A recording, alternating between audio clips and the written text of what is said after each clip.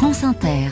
Il est 5h12, une page d'histoire ce matin dans les chroniques littorales. Bonjour José-Manuel Lamarque. Bonjour Mathilde Minot. On tente de percer le mystère de la Pérouse. A-t-on des nouvelles de Monsieur de la Pérouse, aurait dit Louis XVI sur l'échafaud? Eh bien non.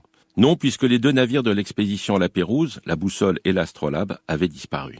Mais peut-être les a-t-on retrouvés bien plus tard. C'est tout le scénario d'une BD, La Pérouse 64, par Vincenzo Bizzarri pour le dessin, et deux auteurs, Marie-Agnès Leroux et Laurent-Frédéric Le Bollet, avec nous ce matin.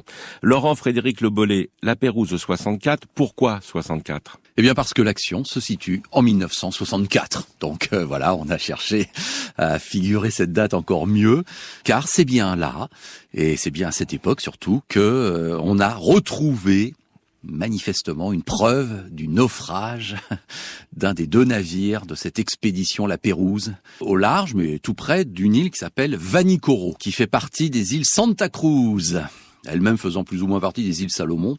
Donc on est bien dans le Pacifique Sud. Jusqu'en 1950, dans les manuels un petit peu de la Marine nationale, Vanikoro était identifié. On connaissait bien évidemment cette île. Il y avait quand même eu des décennies de cartographie qui étaient passées par là, mais c'était marqué « Interdit aux Occidentaux, climat mortel ». Vous voyez, c'est pour vous dire que on n'y mettait pas les pieds. Au moins c'était précis. C'était précis, entre la végétation, les récifs, la barrière de corail, la météo plus que pourrie, si vous me passez l'expression. Bref, on n'allait pas à Vanikoro. Sauf que on savait quand même depuis quelque temps que c'était sans doute là que le comte de la Pérouse et sa fameuse expédition, partie en 1785 et perdu corps et âme en 1788, c'était d'évidence échoué. Restait à en retrouver en quelque sorte au moins les stigmates, si ce n'est les preuves.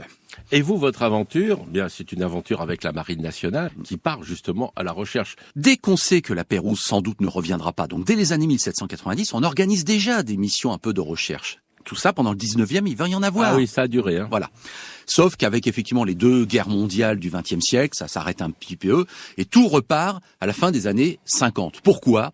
Parce qu'un plongeur néo-zélandais a identifié manifestement un site où il y a des objets qui proviennent d'un bateau français, sans doute du XVIIIe siècle et sans doute de l'expédition La Pérouse. Là, ça commence à faire beaucoup au niveau des faits de présomption, vous voyez. La Boussole ou l'Astrolabe ? Alors, dans un premier temps, c'est l'Astrolabe. C'est l'Astrolabe. On retrouve notamment une cloche qui a appartenu à l'Astrolabe, c'est identifié. Donc là, manifestement, l'Astrolabe s'est échouée sur des récifs et elle a coulé, sauf que on ne sait pas où est la boussole.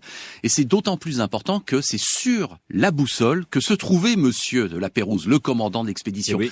Voilà pourquoi ce navire était un petit peu plus important que l'autre. Donc retrouver les restes de la boussole, c'est en quelque sorte retrouver un peu la Pérouse et boucler la boucle et savoir définitivement ce qui s'est passé. Donc en 1964, la marine basée en Nouvelle-Calédonie lance une expédition avec un patrouilleur qui, pendant une quinzaine de jours, parce qu'on est début mars, c'est un peu à cette époque-là qu'on a eu les informations, et à cette époque-là, la météo se dégrade très vite et on sait qu'à partir de la mi-mars, c'est des pluies diluviennes tous les jours, on n'arrivera pas à plonger pour essayer de retrouver des restes. Donc on a 15 jours pour essayer de retrouver une preuve que oui, la boussole s'est bien échouée là. C'est toute une quête. Alors c'est une histoire authentique. On a fait un petit récit vraiment d'aventure aussi, avec une histoire humaine, avec des hommes qui sont soudés, qui doivent affronter les éléments. Il y a une journaliste féminine qui est là. Viviane Lacan. Voilà. Et le commandant Durieux. Durieux qui lui semble un petit peu obsédé, perpétuant cela le mythe La Pérouse à travers les siècles. Notre héros, c'est un lieutenant de vaisseau qui est un nageur de combat qu'on a dépêché là. Lui, il est pas trop ravi d'aller jouer les archéologues,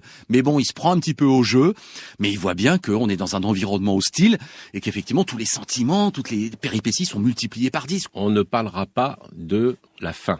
Oui. Merci à vous, Laurent-Frédéric Le Bollet. La Pérouse 64 est édité chez Glénat. Bonne journée, Mathilde Munoz. À vous aussi, José-Manuel Lamarque.